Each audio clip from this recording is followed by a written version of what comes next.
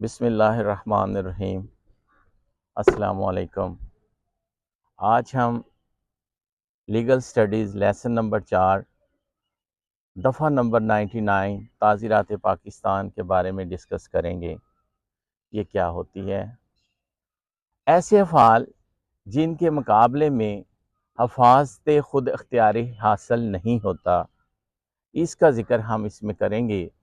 اس میں یہ ہے کسی فعل کے خلاف جس سے ہلاکت یا ضرر شدید پہنچنے کا معقول اندیشہ نہ ہو تو حفاظت خود اختیاری حاصل نہیں ہوگا۔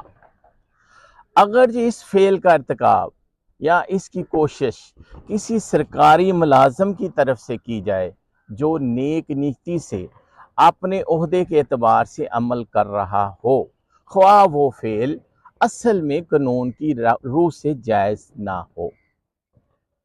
اس کے علاوہ ایسی صورتیں جن میں سرکاری حکام سے حفاظت کے لیے رجوع کرنے کا وقت ہو، کوئی حفاظت خود اختیاری نہیں ہے۔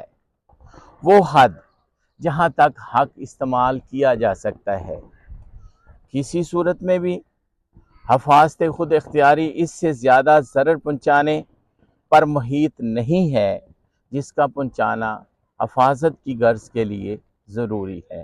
یہ وہ امور تھے جو تعزیرات پاکستان کی دفعہ 99 میں حفاظت خود اختیاری کے بارے میں ہیں کہ ان صورتوں میں حفاظت خود اختیاری حاصل نہیں ہوتا۔